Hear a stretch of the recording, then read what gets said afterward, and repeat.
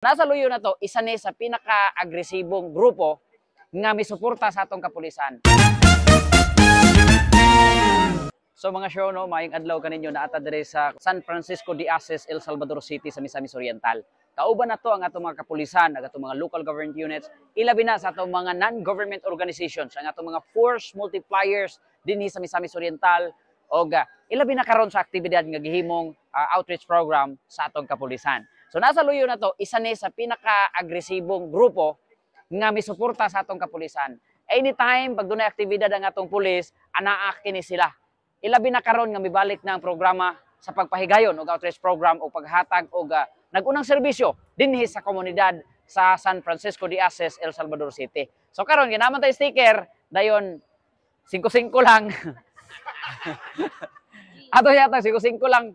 Dili may mangayog bayad pero magbutang lang may uguan kanang box ba. Donation box. Bitaw joke lang. Ato hatagan ning mga kaigsunan nato. May na lang ni. Ipanghadlok las maya pag uli nila silang balay. Bitaw ma'am, salamat kayo. Kani nga tong sticker. Isa na ni katuig. Ako ang gitaguan. Ana na imo ha ba? Balik Jis, balik Jis. Oh, balik Jis imo ha, balik Jis. Okay. Balik Jis gyapon. Apilo na tos ma'am. Akong dalaga. Ay, okay. Dua. Ay, dua. Okay. Akong dugangan. Oh. Ako pa yung dugangan. Para nga mahadlok yung maya. Ay, napare. Duha gyapon akong ihatagan eh.